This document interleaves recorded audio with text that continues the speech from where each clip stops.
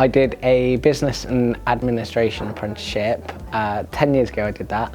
The business administration apprenticeship at the time got to go around all the different departments at what was Yarlington then. So I spent time with sort of corporate support, the repairs teams, the housing teams, and we generally would spend 3 months in each department and just helping out with that admin and doing some of the business stuff and learning the areas and finding out what we liked and didn't like at the time.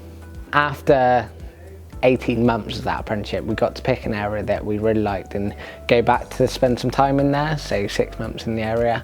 I enjoyed the housing and customer services sides, so I actually split that down again and spent 3 months more in each before moving into a full-time role.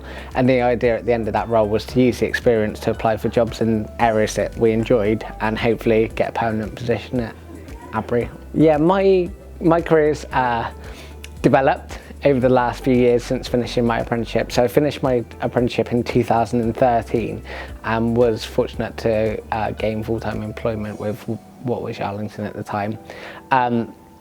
My first role was as a supported housing assistant, so offering admin support to the team. That was the first full-time role I actually applied for, and I was fortunate in being successful. From there I developed some more skills, and I've moved around a number of different areas. So I've also been a housing officer, a rent recovery specialist, and my job now in the change management team. Along the way I managed to use my qualifications to undertake a level 4 in housing practice as well when I was a housing officer, so to actually develop a little bit further as well.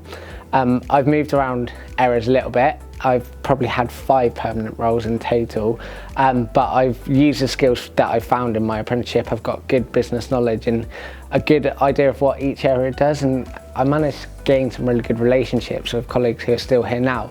Even 8 years on, I've got the same relationships as I had when I was supporting them as an apprentice, so I've been fortunate to sort of use that to develop my career further along the way. I decided to do an apprenticeship straight from school. I was 16 at the time, so I had the break between finishing my exams and starting my apprenticeship in September 2011, but in that period of time in between I also spent a week doing work experience at Yarlington, and the reason I decided to do an apprenticeship was I wasn't really sure what the future held. I wasn't keen on the idea of going to university and I really wanted to be in employment. The fact that I could sort of undertake qualifications alongside work in an organisation that I sort of came to love and grew on me at the time was a great decision I made. So it's that opportunity to sort of study further but work at the same time, which really ticked the boxes for me and was what I wanted to do.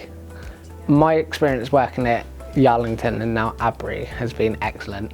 I picked it at the time because I did a project when I was at school with Yarlington.